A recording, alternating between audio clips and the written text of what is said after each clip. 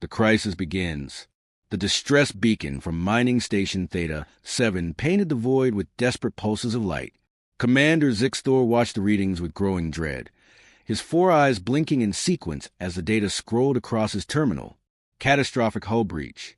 Life support failing. 17 crew members trapped in the lower sections with less than 6 hours of breathable atmosphere remaining. Evacuation status? He demanded, his mandibles clicking rapidly. Impossible, Commander, his second officer replied, her antennae drooping. The breach destabilized the docking ring. Our ships can't make a safe seal. Any attempt at transfer would expose both crews to vacuum. Zixthor had commanded rescue operations for 23 cycles. He'd saved thousands of lives across dozens of species. But this was different. The station's orbit was decaying, pulled inexorably toward the gas giant below. In 8 hours, Theta 7 would be crushed like an egg in a gravitational vice.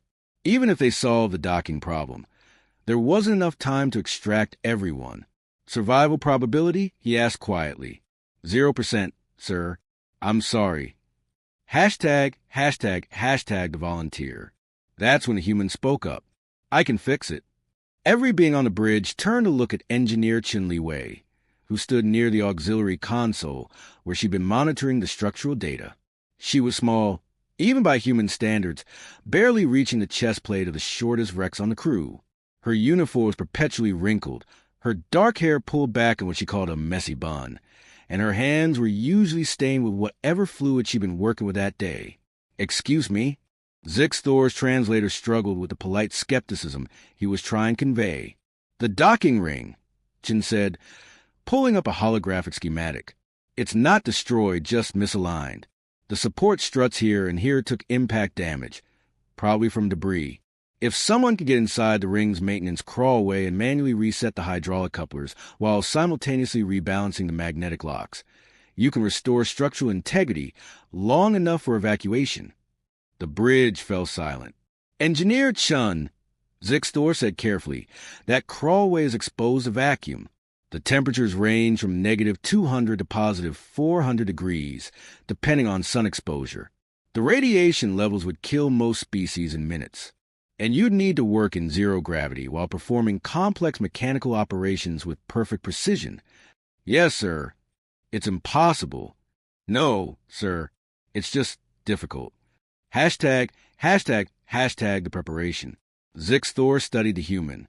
He'd worked with Terrans before. Curious species. Adaptable. Stubborn beyond all reason. They joined the galactic community only 3 years ago, bringing with them strange foods, stranger music, and an absolutely baffling approach to problem solving that somehow worked despite violating every logical principle.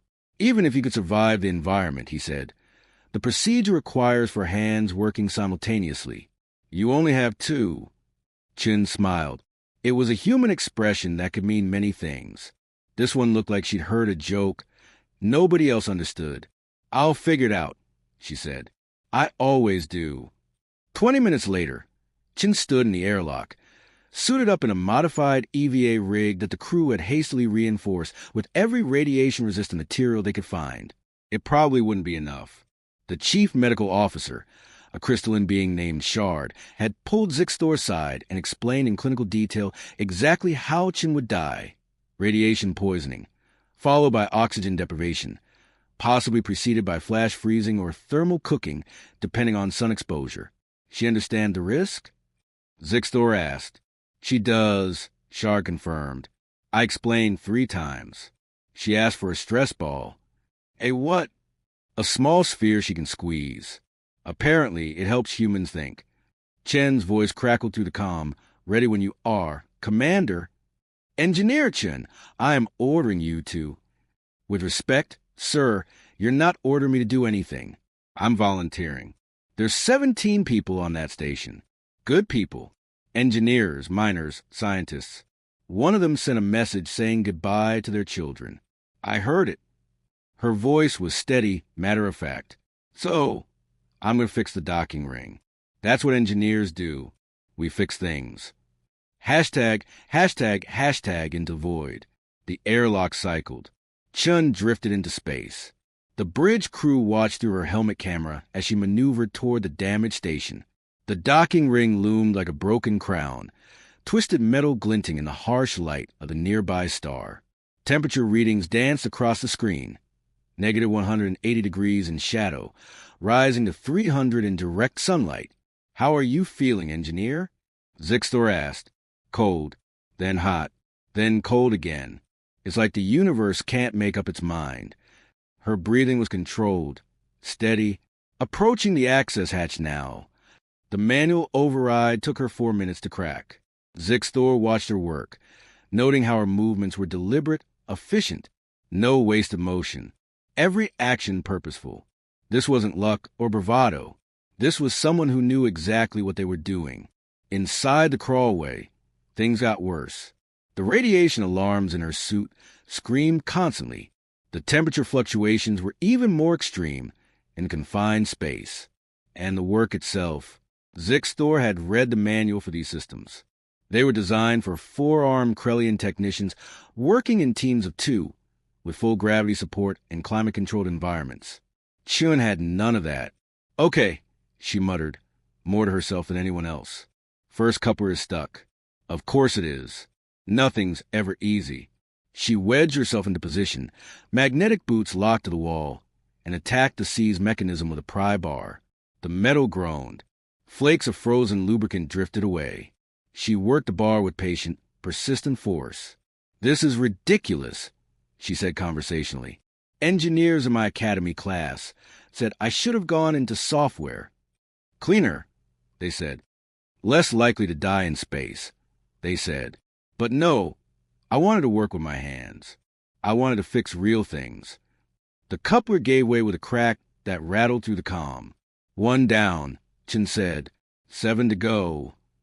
Hashtag the impossible made possible. Time crawled. Chin worked through each coupler methodically, her small hands flying over controls designed for appendages 3 times their size. She jury-rigged solutions on the fly, using cable ties and magnetic strips from her tool belt to create makeshift extensions. When she needed a fourth hand, she used her teeth to hold components in place. "That's not in the manual," Zixtor observed. "The manual was written by people who never actually fixed anything," Chin replied around a mouthful of wrench. "Probably had nice desks. Climate control. Coffee. What is coffee? Life. Coffee is life." She spat out the wrench, caught it before it drifted away, and slotted it home. Magnetic locks resetting now. The station shuddered. Through the hull, they could hear the deep groan of stressed metal finding new equilibrium. Display screens across the bridge flickered, then stabilized. The docking ring's alignment shifted, degree by degree, back toward operational parameters. "It's working," Shard whispered, crystalline form chiming with emotion. Chen's vitals were deteriorating. Radiation exposure was climbing. Her suit's life support was at 60% and dropping. The temperature had swung back to the extreme cold, and her body's core temperature was starting to fall. "Almost there," she said, though her voice was getting thicker. "Just need to lock the final sequence." Her hands were shaking now. Through the camera, Zixtor could see frost forming on the inside of her visor. She was failing. The human body, for all its strange endurance, had limits. "Engineer Chun, abort the procedure." "That's an order." "Can't, sir. Final coupler is engaged. Just need to activate the magnetic lock sequence." Her hands moved across the panel, but her fingers were clumsy now, uncoordinated. She missed the first button. The second, her breathing was ragged. "Come on," she told herself. "Come on, Li Wei. Your grandmother fixed a water main during a typhoon. You can press a button." She steadied herself, took a breath that rattled to the comm, and pressed the activation sequence. The station's docking ring blazed with green lights. "Seal integrity restored," the second officer reported, voice filled with awe. "Docking procedures now available. Commander, we can evacuate the station." Zixtor was already moving. "Get her back. Now. Medical team to the airlock. Engineer Chun, hold on. We're bringing you home." "Copy that," Chin whispered. Could use that coffee now. She'd done it. The impossible repair. 17 lives saved because one human engineer refused to accept 0% survival probability. As her suit's automated return systems began pulling her back toward the ship, Zixtor made a note in his log. Humanity's greatest weakness is their inability to recognize impossible situations. It is also their greatest strength. Hashtag part 2. The interview that changed everything, 1,500 words. Hashtag the recovery. Chen woke up 3 days later in medical bay, cocooned to what felt like every heating blanket the ship possessed. Her first conscious thought was that her fingers hurt. Her second was that she was alive, which seemed statistically unlikely given the radiation readings she'd seen. "Welcome back, engineer." Shard's melodic voice chimed from beside her bed. "Your recovery has been remarkable and deeply concerning. Did we get everyone off the station?" "All 17 safe and accounted for. Thanks to you." The medical officer's crystalline form shifted, reflecting concern. "Your radiation exposure should have been lethal. By every medical standard I know, you should have died before completing half the repair. Yet here you are, demanding to know if others are safe before asking about your own condition." Chun tried to sit up, winced, and settled for turning her head. "How bad is it?" "Your body has sustained damage that would have killed any other species we've encountered. But human cellular regeneration is aggressive, unusually so. You'll make a full recovery in approximately 4 weeks. It's baffling." "Humans are built tough," Chin said with a weak smile. "We evolved on a death world. Everything there wanted to kill us, so we adapted. I'm beginning to understand that." Hashtag the summons. 2 days later, Chin was cleared for light duty and immediately summoned to Commander Zixtor's office. She arrived to find not just her commanding officer, but also representatives from 3 other species she didn't recognize, all wearing official-looking insignia.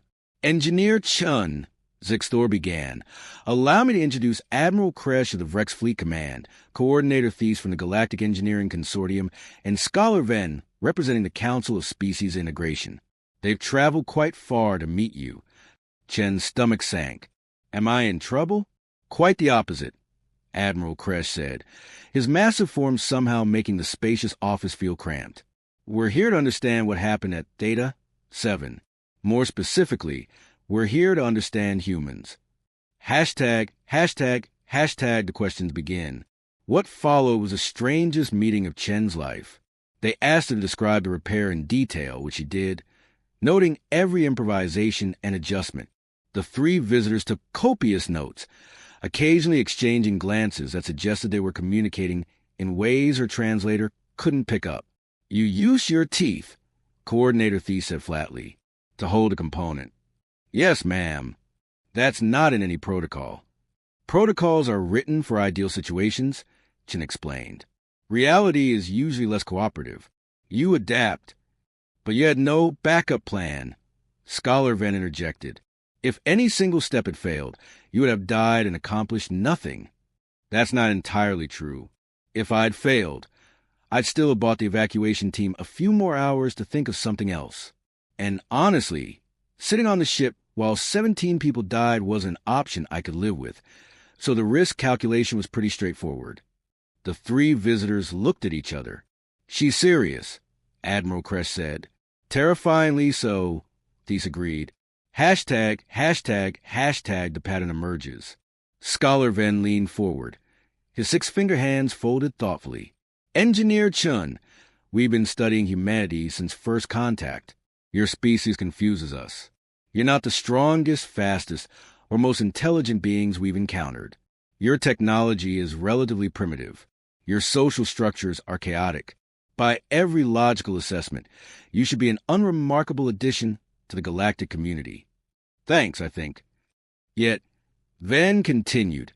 "In the 3 years since contact, humans have been involved in 47 impossible rescues, 32 unprecedented scientific breakthroughs, and 19 separate incidents where humans simply refused to accept established physical limitations and succeeded anyway. You're the 48th impossible rescue." Chun blinked. "I just fixed a docking ring." "No," Commander Zixtor said quietly. You endured lethal radiation, worked in impossible conditions, and accomplished a task designed for 2 four-arm technicians with full support systems. You didn't just do anything. What my colleagues are trying to say, Admiral Kresh rumbled, is that we're trying to understand what makes humans so persistently effective despite apparent disadvantages. Hashtag the explanation. Chin thought about it, really thought about it, while 4 sets of alien eyes watched her expectantly. I think, she said slowly, it's because we're used to things being hard. Earth wasn't a kind planet. We didn't have natural weapons, thick hides, or environmental adaptations. We got hurt easily, died from infections, struggled to survive. So we learned to make tools, to help each other, to look at a problem and figure out how to solve it with whatever we had. She gestured at her bandaged hands. My grandmother used to say, perfect is the enemy of done. She meant that waiting for ideal conditions is how you fail. You work with what you have, you adapt, and you keep moving forward. That's very human, I think. But the risk, Thies insisted. You could have died. People on that station definitely would have died, Chin countered. 99% chance of death versus 100% certainty of death? I'll take those odds every time. Besides, die while trying to save people beats dying later while wondering if you could have. The room fell silent. Finally, Scholar Venn spoke. You realize what you're describing is a fundamental difference in how your species processes risk and probability? Is it? Seemed like common sense to me. Common sense, Venn repeated. Yes, I suppose to humans it would be. Hashtag the offer. Admiral Kresh pulled out a datapad. Engineer Chun, the Galactic Rescue Service has been operating for 400 years. We have excellent safety records, state-of-the-art equipment, and highly trained personnel. We also have a success rate of 83%, which is considered exemplary. That 17% failure, Chin said automatically. Yes, situations we classify as unsolvable and move into recovery and memorial protocols. He slid the pad across to her. In the past 3 years, humans involved in GRS operations have converted 47 of these unsolvable situations into rescues. That's a 0% failure rate when a human refuses to leave. Chun picked up the pad, scrolling through offers of employment, training programs, and collaboration initiatives. We want to learn from you, Coordinator Thies said. All of you. We want to understand how to think like humans think when facing impossible situations. We want, Ben added, to figure out how to refuse to give up the way your species does. Hashtag the decision. Chin looked at Commander Zixthor, who'd been quietly observing. Sir, what do you think? I think, he said carefully, that I spent my career following protocols designed to maximize crew survival. They're good protocols. They save lives. But watching you work on that docking ring, he paused. You taught me that sometimes the right decision isn't in any manual. Sometimes you just have to be stubborn enough to make the impossible work. Chin smiled. My grandmother would have liked you. She turned back to the visitors. I'll help, on one condition. Name it. Admiral Kresh said immediately. We don't teach people to be reckless. We teach them to be resourceful. There's a difference. Humans don't ignore danger. We're just really good at improvising solutions when everything's going wrong. That's what you need to learn. Not how to take risks, but how to adapt when the plan fails. Agreed. All 3 visitors said in unison. Hashtag the legacy. 3 months later, the first human-integrated rescue training program launched. Chin found herself teaching classes to species from across the galaxy, showing them how to improvise, adapt, and refuse to accept defeat. Her most popular lesson was called the coffee break philosophy. Take a breath, assess what you have, and figure out how to make it work. No wasted panic. No giving up. Just persistent, stubborn problem solving until something breaks. Preferably the problem, not you. The program's motto, suggested by Chun and immediately adopted, was simple. There's no such thing as impossible. Just difficult, expensive, or not yet attempted. Her grandmother would have approved. Commander Zixthor kept Chen's stress ball on his desk as a reminder. When crew members asked about it, He told them the story of the human engineer who fixed the unfixable because someone needed to, and because she simply refused to consider any alternative. In the end, that's what made humans special. Not strength or intelligence or technology. Just the absolute, stubborn, beautiful refusal to accept that something couldn't be done when lives were on the line. And in a galaxy that ran on probability and logic, that stubborn human hope changed everything. The end. HFY Codex Archives.